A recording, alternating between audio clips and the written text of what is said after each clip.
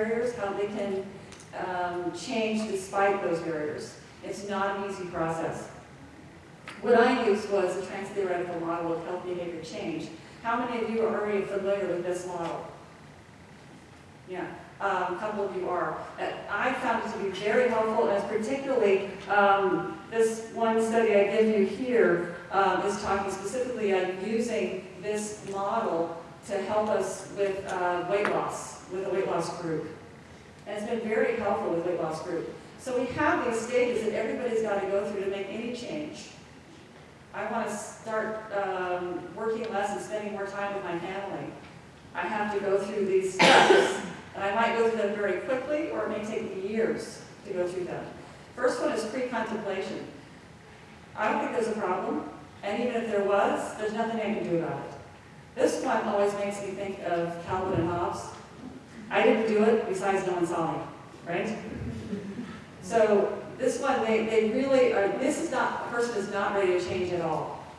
And so we're talking about what types of techniques we can use with this intervention we'll use with this person to help them move to the next stage. The next stage is contemplation. So, okay, I see there's a problem, but I really have no idea what to do. I really have tried everything. I feel like I've tried everything, I don't know what to do. Preparation is, I know there's a problem, I know that there is a way that I can do something about this, but I've got to prepare, I've got to put my ducks in a row before I can get into really changing.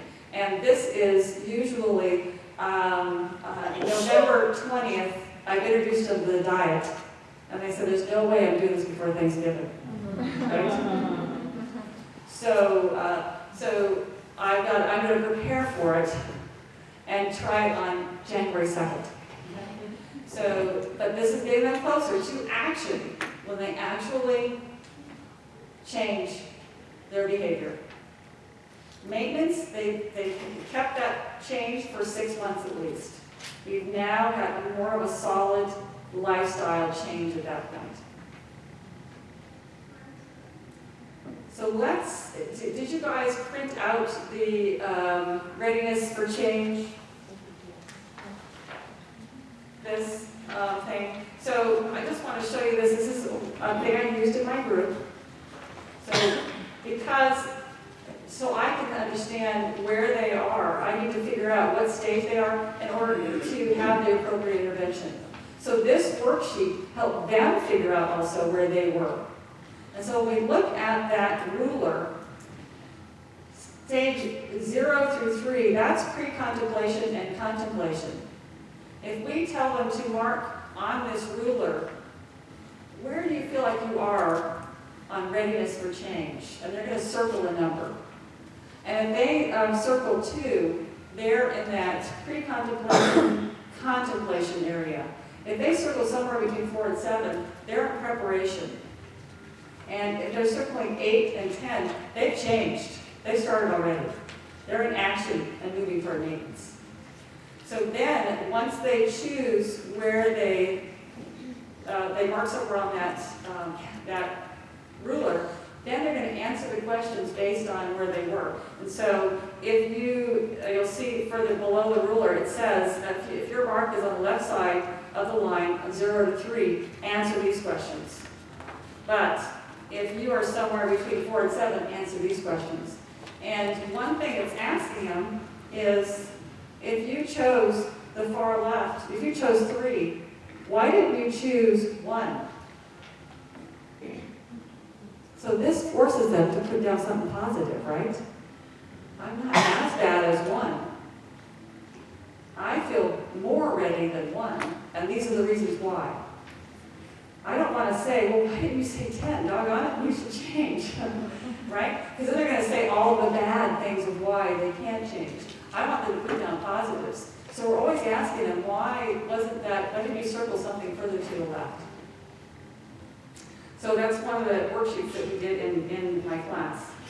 But along with this, figuring out what stage they are, I also want to know, one, how important it is to change, and how capable they feel of changing. So they may feel that they're, on a scale of 1 to 10, they're a 10 for importance, but I'm a 1 for capable. So that tells me I need to direct my efforts, not to convincing them that it's important to change, but how to remove those barriers so that they feel that they're more able to change. These are all tools to help you in your initial assessment of how can I direct my efforts that's going to best help that person. So let's look at some techniques that we can use at each of those stages. So if you figure out they're in contemplation, or pre-contemplation, then we can use consciousness raising. That's making them aware of obesity can lead to stroke, heart attack, sleep apnea, all these various things. Environmental reevaluation. What is your impact on your family? Stuff like that. Dramatic relief, social liberation, feeling more powerful in themselves, self-reevaluation. Is this really where you want to be? Where do you see yourself in 10 years? And where would you like to be in 10 years? In contemplation. In preparation, self-liberation, again, helping relationships. Who's going to support you in this change? Counter-conditioning, so trying to replace bad habits with good habits. That's the whole thing, again, about OTs. We're helping people form new habits, right? Action, again, there's some overlap between those stages. And figuring out maintenance, how are we going to prevent a relapse? What helps you continue on? This I all got from this website listed on there, prochange.com. Check that out for more details on what each of those techniques are. Again, it's all based on that trans-theoretical model of health behavior change. And helping your job in this model is to guide your person to the next stage. It's not to demand 100% adherence. So I told my people who did not use a ketogenic diet, you moved from pre-contemplation to preparation. Success. Later, you'll go into action. So that is when you're writing your goals for your patient. Your goal might be, that I want them to move to the next stage of change. Not that they are 100% with what I think is best for them, right? It takes us out of that police role and more of that guidance role. So let's look at my class, my lifestyle redesign inspired group. This is my schedule. And you can see the first 7 groups were pretty much focused on the diet. And that was for 2 reasons. One is that dietary change, the research shows us that dietary change, diet is the most important thing in weight loss. If you have to exercise to maintain your weight, there's something wrong with what you're eating. We know there's plenty of people that because of other physical maladies, they can't exercise at all, but they're not obese. Okay? So diet is the most important thing. The other reason I spent so many sessions on this was because diet is the hardest thing to change. There is a saying that was attributed to Margaret Mead, but now it's in question whether or not she really said it, but she said that it is supposedly said that it is harder for a man to change his diet than his religion. Okay, so we spent a lot of time just on that. So we had the first session was just orientation and introduction to lifestyle change, and what was going to be expected of them and what they should expect of me in that group. And what I found was, first session, nobody knows each other, so they're not really talking very much. And so I had an hour and a half for the session, and finished everything I needed to do, and there was still like 20 minutes left. But then as we continued on, and they all got to know each other and really bonded with each other, an hour and a half was not enough. So you might want to think about that in your when you're organizing your groups, that maybe an hour is okay for orientation, but after that, give more time. Then we talked about session 2, I introduced the diet. And we went over the nuts and bolts of the diet.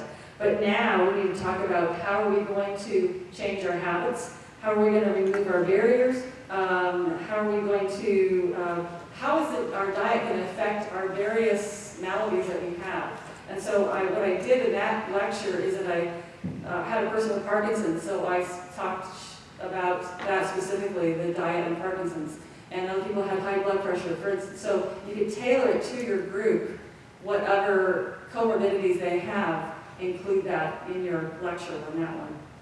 And then we talked about what are strategies when you're eating out, when you're at a potluck, when you're at family gatherings, and you want to stick to the diet. So we talked about that, and then we implemented them. And the next session we met at a restaurant. And then we started talking about all other lifestyle change. So we went to physical activity and exercise, stress management, importance of sleep. All these things have an impact on our weight as well. Life balance and time management. And then our last one, wrap up a review, and we're planning for sustained change. How are you going to maintain this? How is this going to be a lifestyle change, not a temporary change? And that concluded the group. Let's look at a sample session. Were you guys able to print out that sample? So what I did with this is the 10 numbers on here. Those are each of the slides that I had for my didactic. And then I put in what I did for the various activities. So this was an hour-and-a-half session. And so first slide is up, and it's just, this is the lifestyle modification group for lymphedema and obesity. And we did our opening activity. And this activity I got from a friend of mine who's an elementary school teacher. And the participants loved it. They got to know each other really good through this. So 2 truths and 1 lie. So I love eating bacon, I juggle for a hobby, and I want to skydive, but I'm 60. Which one's the lie? And so each person did something like that. They talked about, they did those 3 scenarios, and then people had to guess. And they love that activity. It's a great group cohesion activity. You really want them to get to know each other, because great if they get together outside of the group and support each other, nice. So we really want to encourage that. Then we talked about different challenges to changing your lifestyle, because this is what this group was about, barriers and coping strategies. So things that can make it harder to lose weight. And then methods to make yourself accountable. Talked about food and activity logs, different apps that they could use. And then I got some of these things straight from the USC program. And one of them was time deepening, slide 4. And that was doing 2 things together. You're pairing a new desired behavior with a cherished behavior. So I had them then go into small groups and brainstorm what 2 activities they could pair together. Going for a walk, but walking with a loved one and be able to spend time with a loved one. So you're pairing those 2 activities. And so they brainstormed on that and then shared it with the group. And healthy pleasures, I want them to think of other rewards besides food. So how are you going to reward yourself? You just lost 10 pounds. You've hit a milestone. What do you want to do to reward yourself? So thinking of those things to reward yourself that may not necessarily be food. And slide 6 was cleaning out your pantry. Again, we did a group activity listing things that are in my pantry. Should it stay or should it go? And I got some whole wheat pasta, stay or go. And so the group would decide if that is something that would be on the diet. I put some ideas that I got from authoritynutrition.com on slide 7, and best ways to boost your metabolism. He was talking about drink water. Sometimes you're not actually hungry, you're just thirsty, and if you drink some water, the hunger goes away. Might help. Another thing he suggested was brush your teeth after you eat, because you don't want to get them dirty again right with eating some more, so sometimes they'll be less likely to go eat again. So just little hints like that. And slide 8, ways to get support for making change. So we discussed those. And then slide 9 was a self-reflection. What did you learn today? What stage of change are you at now? What progress did you make to your short and long-term goals? So we talked about what's your next goal going to be, and then I wanted them to work on their healthy pleasure worksheet for the next session. And then always my last slide would always be, this is what we're going to do next time. So that's kind of how I would lay out each session, gives you an idea.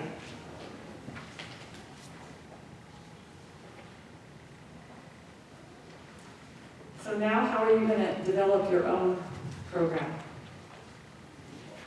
So the first is, I got all this from Joy Dahl's book.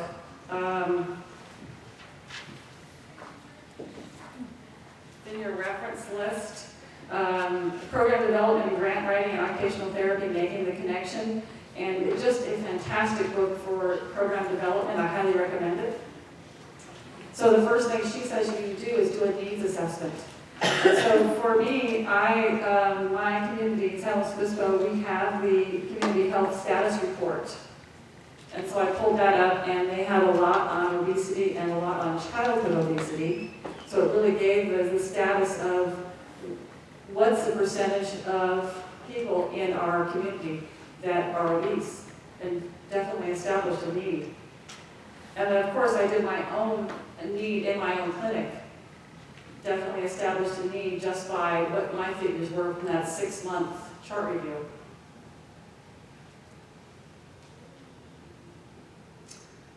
And then planning also, now we're going to be talking with our colleagues, with community leaders. We want to elicit support from the community and from other professionals, other medical professionals.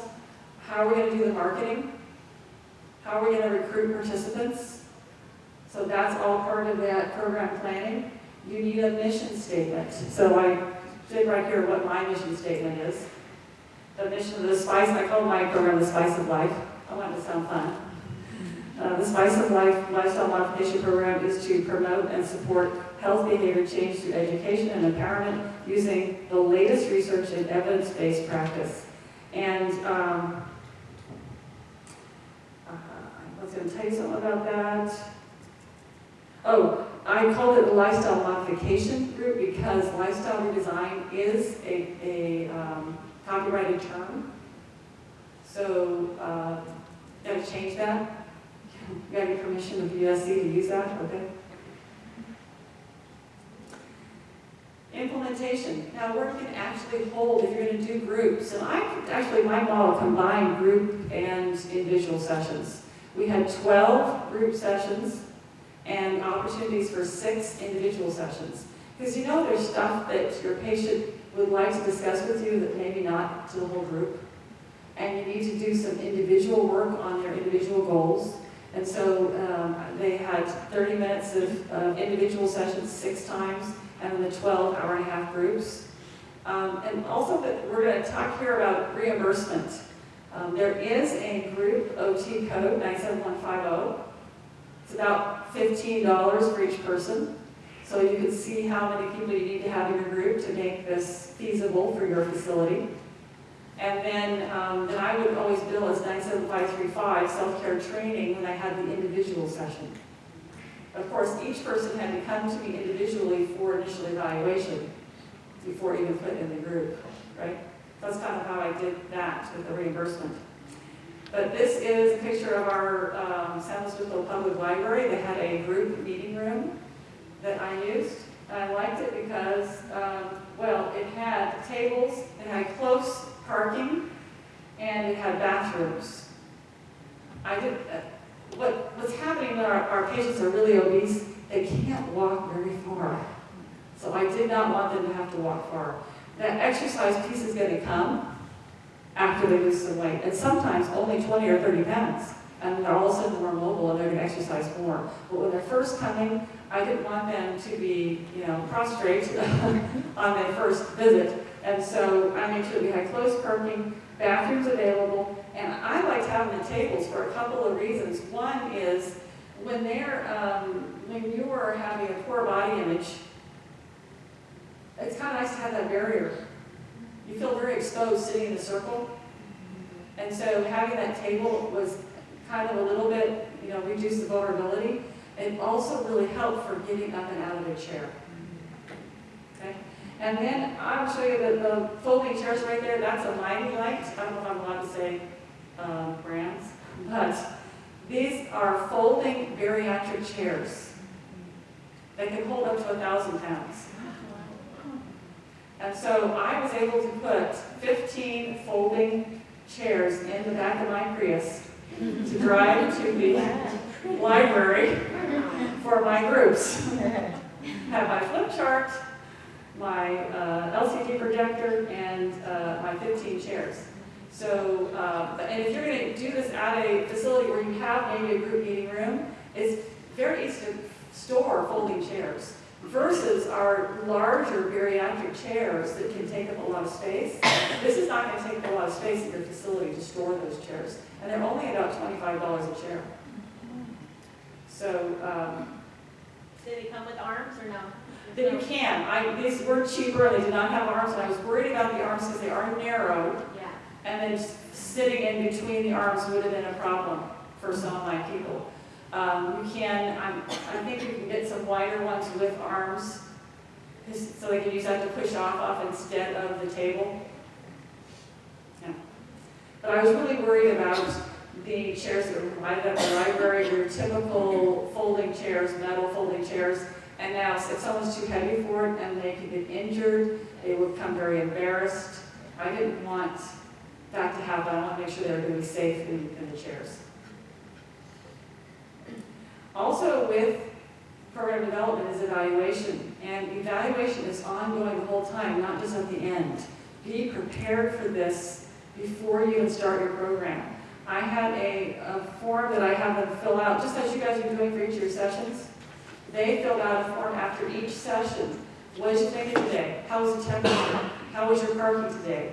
Would you like the content? Was it all understandable? Did you wish that we had talked more? They gave their evaluation after each session. They also evaluated the entire program at the end.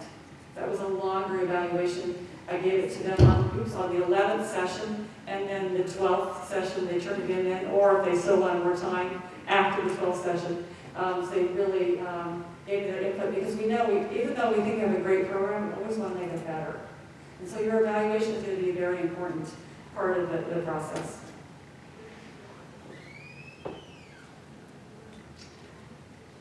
So how can we provide support for lifestyle change, especially after they finish the group?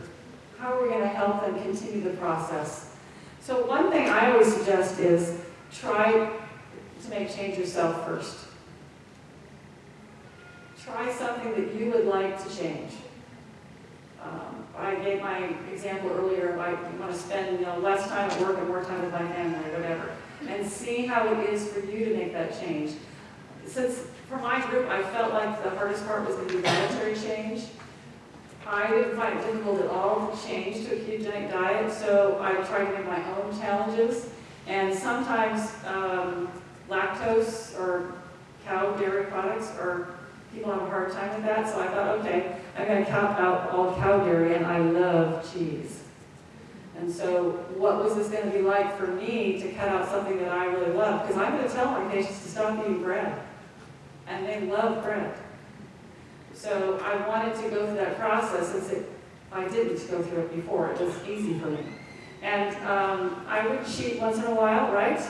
Just like our patients would. So you see how that is, going through those, that process. I think it's a good experience. So try going through change yourself. If you've never tried the ketogenic diet before, try it on yourself first. Although I will tell you that a therapist friend of mine, I gave her the 8-page handout. She wasn't doing the diet herself. She had an obese patient come in, and she said, I don't know anything about this diet, but here, you can try it if you want. And she just gave her the handout.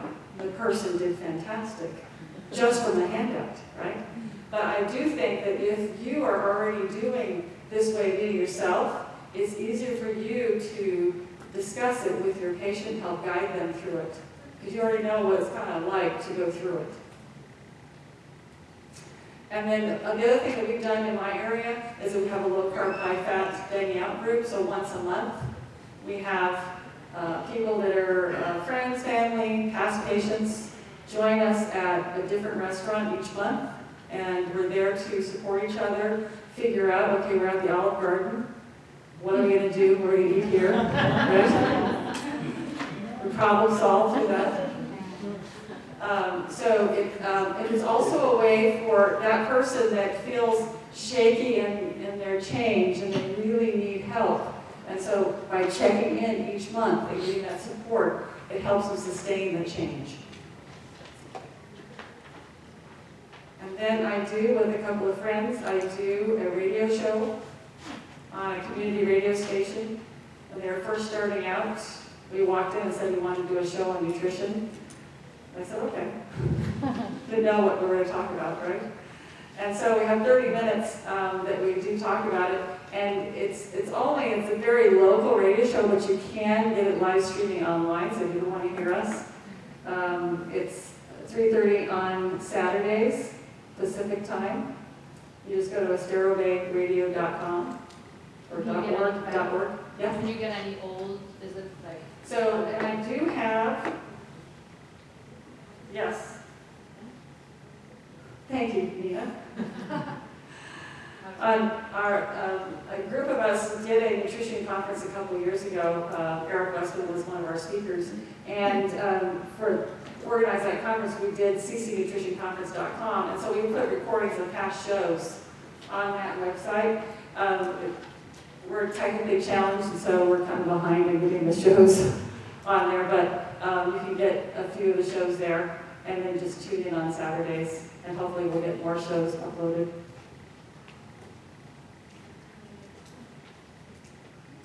And then I have some resources for you. I have on here eatingacademy.com. That's Dr. Peter Attia. He's right here in San Diego. And what I like about his website, it's very science-based.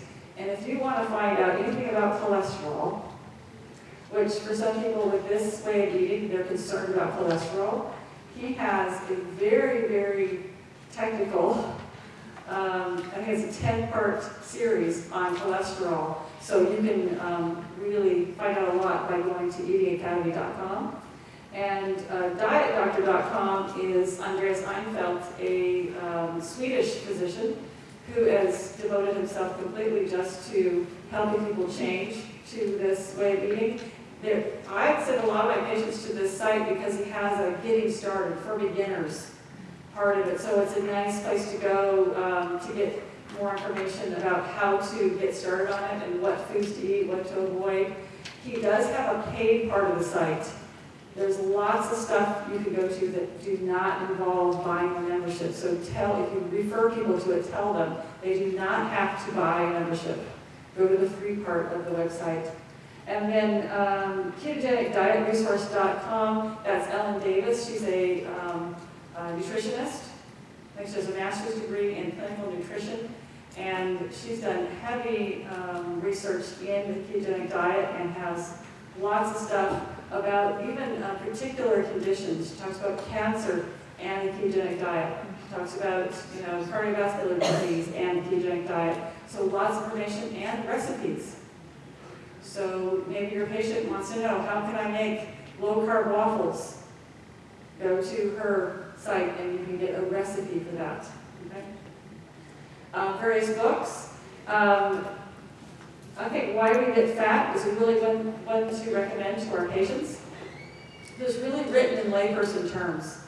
They can really understand that book. Whereas Good Calories, Bad Calories, also by Gary Tobbs, is, it's like 800 pages, but it's also kind of a higher level scientific text. So, but both excellent books.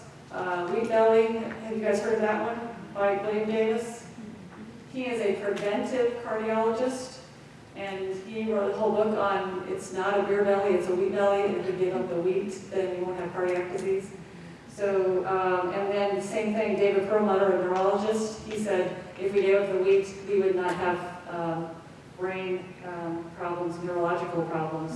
And then Nita Teicholz wrote a book about pretty much the history of what's happened with dietary fat in our culture and how it's been vilified as the bad guy, and really wrongly, and she talks about how that happened. And to the point that we're really dietary fat phobic at this point. For a lot of my participants in my group, they were totally fine with cutting out the carbs, but terrified of eating fat, right? And I don't blame them, because their doctors would tell them, if you need to cut out the fat, you're going to die. So this is pretty scary. I think this is very enlightening, and what I tell the person that is afraid of eating dietary fat, we have all these lists of fats to eat. Pick out the ones you like. Maybe you like olive oil. Maybe you like avocado. Maybe you're okay with eggs. Don't eat the ones that you are afraid of, right? I'm just trying to spread the word, and I would like to assist you to making this change and to helping all of our patients.